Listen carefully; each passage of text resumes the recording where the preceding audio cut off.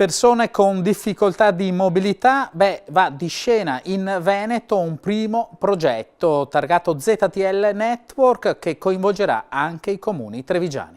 Una giornata storica per la Regione Veneto che ha lanciato un'iniziativa unica in Italia. ZTL Network, questo è il nome del progetto, pensato per agevolare l'ingresso alle persone con ridotta mobilità nelle zone a traffico limitato dei centri storici del Veneto. Un'iniziativa che ha interessato in modo trasversale gli assessori alle politiche sociali, alle infrastrutture, oltre che a tutta l'amministrazione regionale.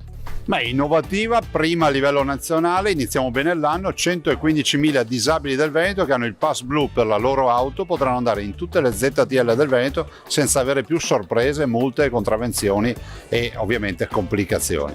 Un servizio digitale che permetterà ai cittadini disabili in possesso di pass blu di muoversi con tranquillità nelle 23 zone a traffico limitato dei comuni del Veneto. Un provvedimento che azzera le barriere burocratiche grazie alla condivisione di liste che, fino a questo momento, erano gestite solo a livello comunale.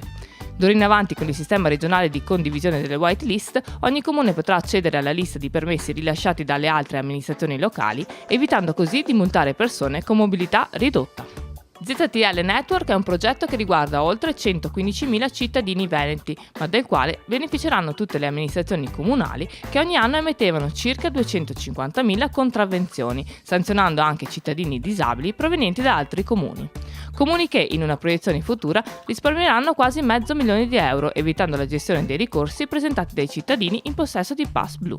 Un grande esempio di collaborazione e condivisione da seguire per rendere più facile la vita ai cittadini e venire incontro al mondo della disabilità che trova già molte barriere. Queste le parole della presidente di ANCI Veneto, Maria Rosa Pavanello.